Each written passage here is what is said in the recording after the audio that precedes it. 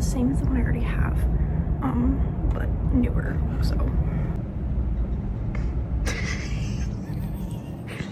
I feel so dumb. Yes, okay. Empty project. Ignore my disgusting background.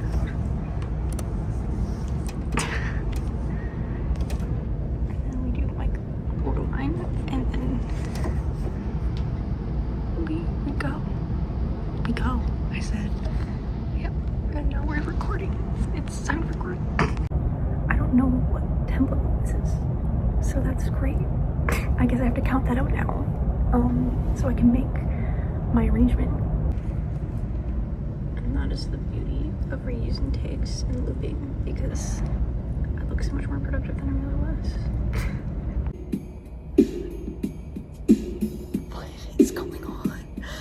All I tried to do was pick up my computer, and now there's just sound.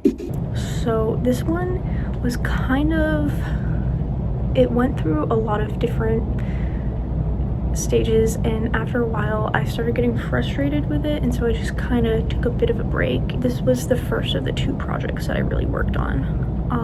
Initially I spent a lot of in-class time working on this, trying to record electric guitar for it, and that was not going super great. When I was getting closer to the process of starting to mix it, there were a lot of issues I was running into with guitar when it was looping. So when I was recording it, I would just record a take continuously so that I had plenty of like editing room to like play around with it. And there were some takes that I thought, this sounds really great, the rhythm should be fine, like there should be no mistakes whatsoever, this won't clip at all. And then there was like a weird clipping thing happening, and I couldn't figure out how to make it go away. There were like weird sounds happening with it, and this was all when I got to the mixing stage.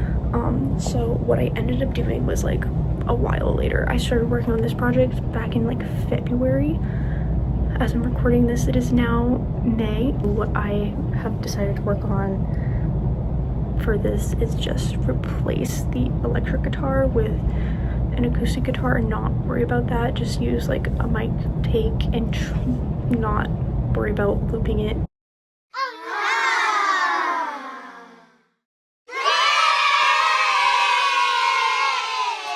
Logic is a lot more advanced than GarageBand, but it's also a lot more finicky because it has more like advanced versions of all of the features of GarageBand. So this was a bit of a journey. The vocals. So for the vocals, I kept trying to do them at school, but it kept ending up being too loud in the practice rooms just because of like venting and stuff like that. So what I ended up doing was just doing that at home. I put up a sheet over my door to like limit the sound outside my room coming in, and just kind of like dampened the sound in my room, and did the vocals in my room. I was a little bit too close to the mic at one point, so there was definitely a lot of peaking for both songs. So I had to adjust where I was standing in relation to the mic and the volume I was singing at, and I got very frustrated with all of it. And this was also when I realized that the file was just like beyond usable at that point. Like, that's how weirdly corrupted it was. It wasn't like I couldn't open the file, but it wouldn't play the whole way through. It would like be weird when I was trying to record.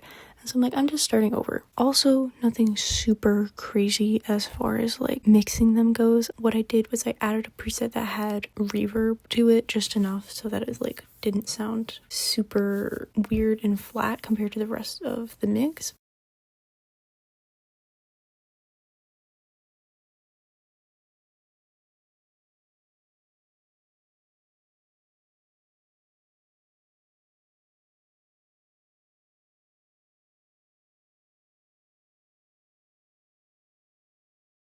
There was a bridge section in the song, and when I initially wrote most of the song, I didn't have a bridge yet, and then I tried writing one, and I didn't super love it.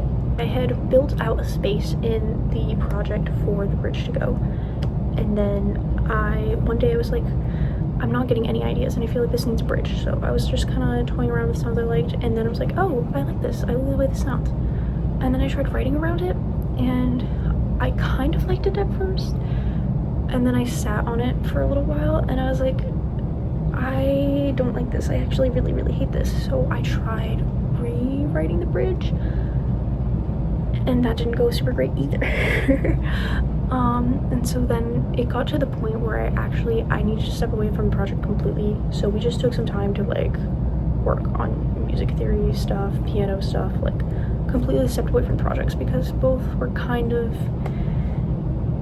putting me through it at that point. So then I came back to it and I was like, I don't like these lyrics at all. What if I just write a new song instead? Like, what if I just redo the lyrics? Like, I keep maybe the same melody, but I rewrite everything because I don't even know if I like this song anymore. And so I took an idea that I'd had previously, I just written down, and it was kind of like I used it as the chorus, and then I wrote based around that, but also to the track, because I'm like, I already have the track down, I'll write to the track. And I talked to Mrs. G about it. I'm like, I don't know that I like this either. I actually liked that even worse because I felt like I was trying to force something. So then we talked about it. We talked about some things, like how I feel about it. Like, should I write a completely new version past that? Should I do version 3.0 of this song? Like, what should I do with this? We talked about it. We did some stuff talking to some like AI generation stuff that was like, hey, what are some ideas for this song, or give me some feedback on the song. We went through a whole process with that, and in the end I decided to just cut out the bridge section and I just shortened the production of it. So that was kind of a writer's block scenario. So I wanted to talk about the riser that is there in between, kind of like at the end of the first pre-chorus into the first chorus. So I had brought into class my instrumental bit that as far as I had gotten on that, and I was talking to Mrs. G about it, and we were kind of talking about how there needed to be more of a transition between the pre-chorus into the chorus, because the pre-chorus really builds up, but the chorus doesn't get like way bigger, because like we're kind of at the same level of intensity. The first verse was a little bit more chilled out, like laid back, not super intense, and then the pre-chorus feels like it's supposed to be getting more intense. There's definitely a build up in the pre-chorus, and then it was kind of the same level. It just looked like it was like kind of going like this and then up and then plateauing again, and that felt like off.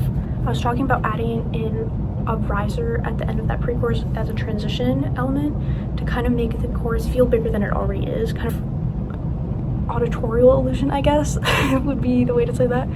And so we were talking about making a riser from scratch. And in watching this back, I realized I never actually explained how we made the riser. Basically what you do is you fiddle with all of the back end stuff to make the MIDI instrument sound the way that you want it to, and then you turn something called glide up so that when you're pressing two notes at the same time, it's like slowly, for however long you want it to take, is going from the lower note that you're pressing on the keyboard to the higher note. And I did end up going with a riser track that I found in the audio loop library that Logic and GarageBand have.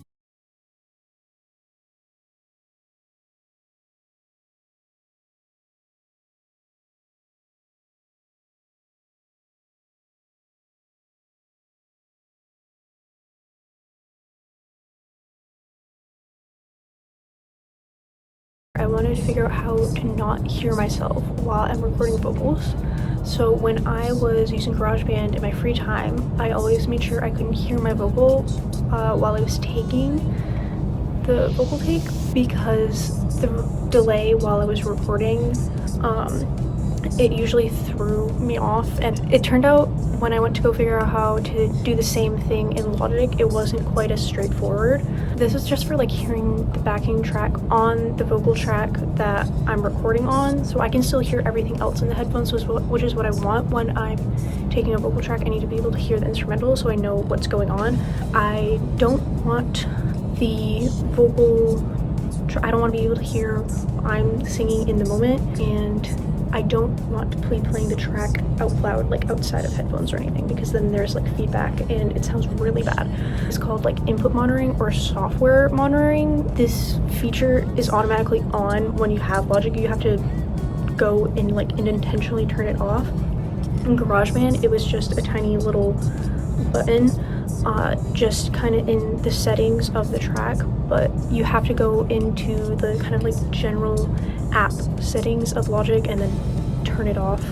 Once you turn off the software monitoring or the input monitoring, whichever it says on there, you can still hear all the rest of the tracks that are in the project. You just can't hear the input track that you're recording. Like in the production areas, I felt like there was like an element missing, so I just went through and looked at my MIDI instruments just to find sounds that sounded like the second hands on a clock because of the name of the song, and I picked out a few that I liked the sound of and played around with them, and I ended up landing on a combination of a conga drum, a marimba, and a clavichord. And this layer kind of added a subtle bit of texture and some additional rhythm to the song that was missing before. Once I'd mixed most of the song already, was at the point where I had added this, like all I really had left to do was do some vocal stuff and obviously mix those recordings once I had done those, but this production element I had added after I mixed everything else.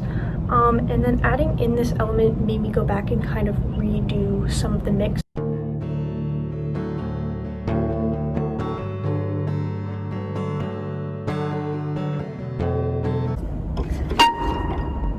Why do people always leave this on?